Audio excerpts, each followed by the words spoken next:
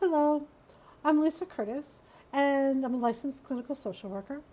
I wanted to talk to you for a quick minute, so this is going to be one of my one take wonders again, about group counseling practices.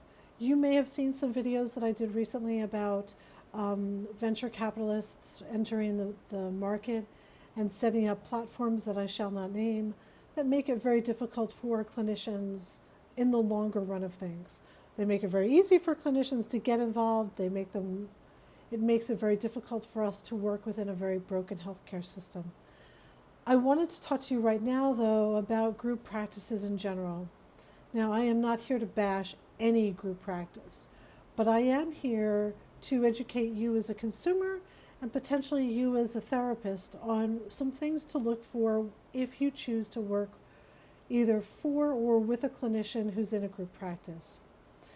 This video was prompted by a really good friend of mine who called at about 9 o'clock the other night. And I know when she calls at 9 o'clock at night that it's not ever a good thing. It's not a good thing. And sure enough, she had just found out, she is herself a therapist, she just found out that one of her clients was sending her child to a very well-known group practice. And when she went to look up this group practice, one of the things that she discovered is that almost everybody employed was a recent graduate. They were working with what's called an LP, a learner's permit, basically. And while they had graduated from their grad program, they didn't have a lot of hours. They're called licensed master social workers, not licensed clinical social workers. And they need a great deal of supervision.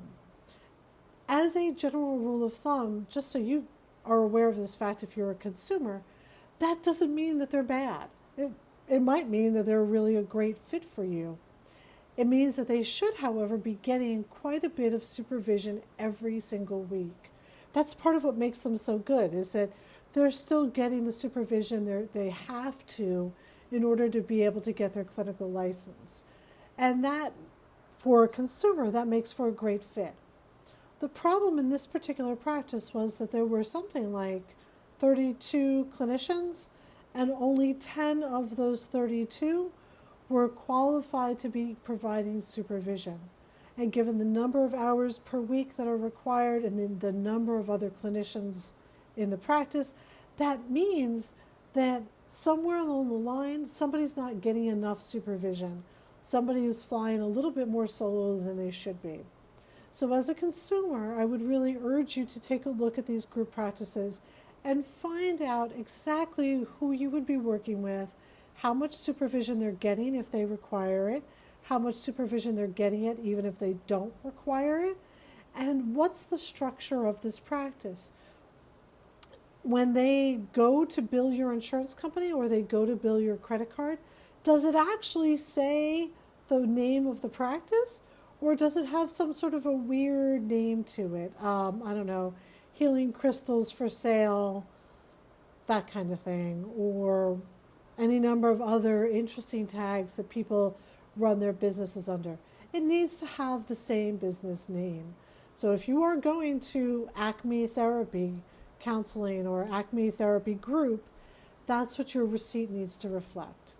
Okay?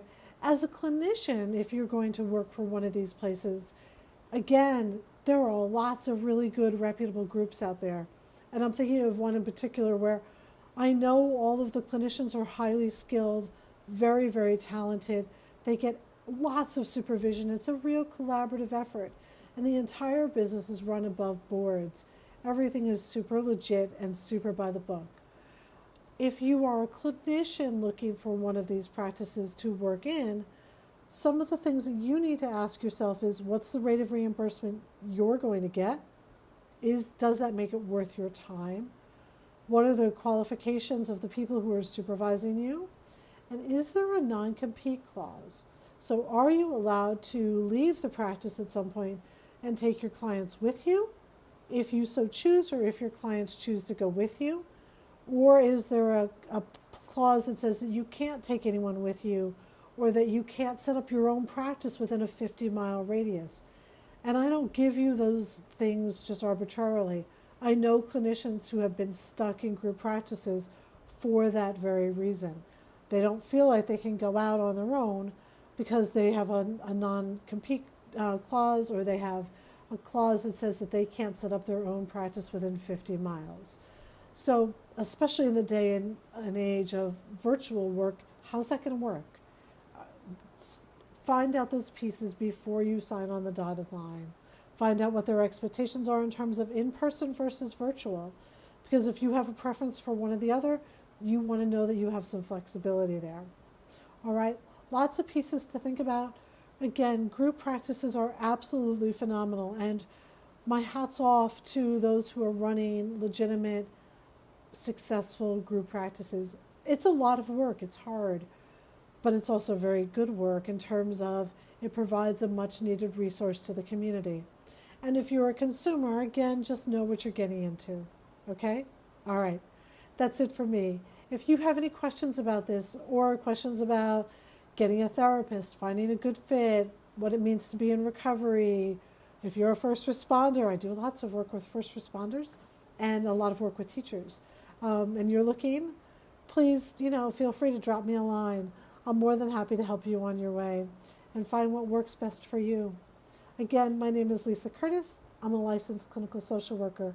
You can find me at lisacurtis445@gmail or lisacurtislcsw.com. I'm wishing you the best for your day. Bye.